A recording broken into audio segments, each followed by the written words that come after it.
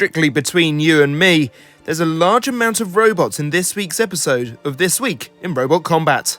3, 2, 1,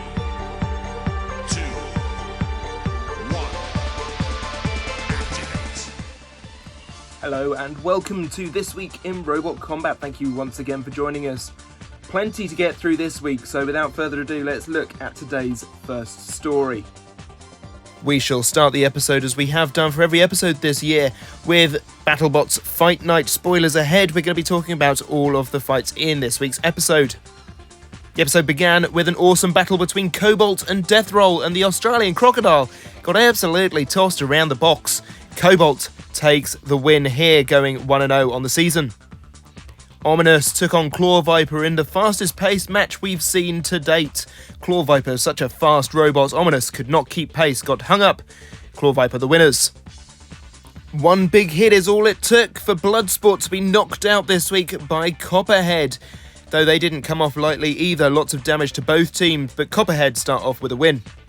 Malice took on Lockjaw in an awesome battle in which Lockjaw used its defensive rear plough to control the pace of the match and also beat down Malice a couple of times, Lockjaw with the win. Meanwhile, Lucky used their big wedge setup against the new Triton, and Triton did not hold up. They got pinned up against the wall. Lucky take a win.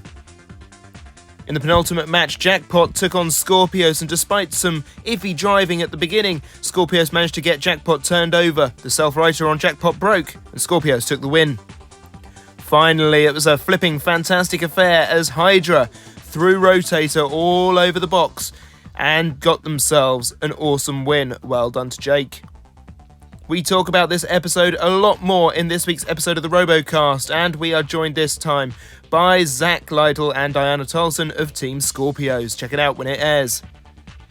BattleBots this week announced on their website that they have some tentative dates for filming. Of course, this is for World Championship 8, so BattleBots themselves are ready, though they've had no confirmation from the TV company as yet that there is going to be a next season broadcast. So take this with a pinch of salt, but we have confirmed BattleBots World Championship 8 proactively scheduled for some point in 2023, potentially in the summer. Before all that kicks off, however, we have the Destructathon, and this week we have seen mass outbreaks of robots made for the Destructathon. Of course, it's going to be a live show. Robots need to be ready to fight, and so there needs to be lots of robots of each type being made, and you've seen Diablo on screen, 5 versions of that. We've got loads of different nightmares, 6 of them plus the original in the front and centre. We have Kraken in what looks like the most photoshopped image in the world, but it's not. These are genuine Krakens, all 5 of them as well, looking awesome. The old style Kraken.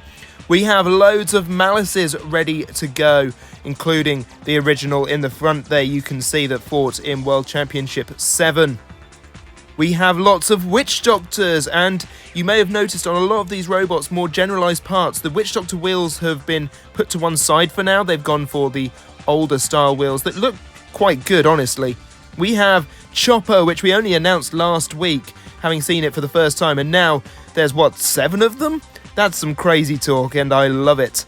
And we also have a load of Hypershocks lined up, being worked on at the moment, one with all its electronics in, the others all empty for now, but I'm sure they will all be ready to go very shortly.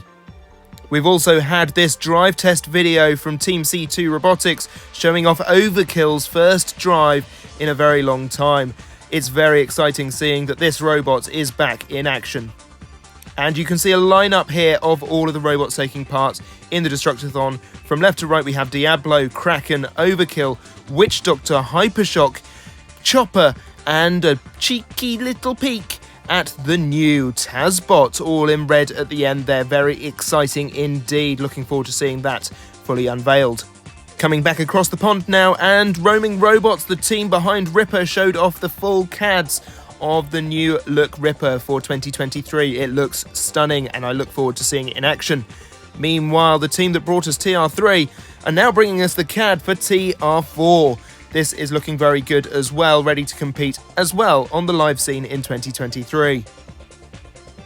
Lastly, this week's episode of Back to the Pits is out on my channel, so please do go and check it out. We talk more with Adam Wrigley from Team Bots FC, but this time talking exclusively about the new robot from them, Emulsifier. It's just a quick bonus episode, a little bit more of the chat that wasn't released previously, so be sure to check it out. Next week, we talk to Matt Vasquez of Team Whiplash.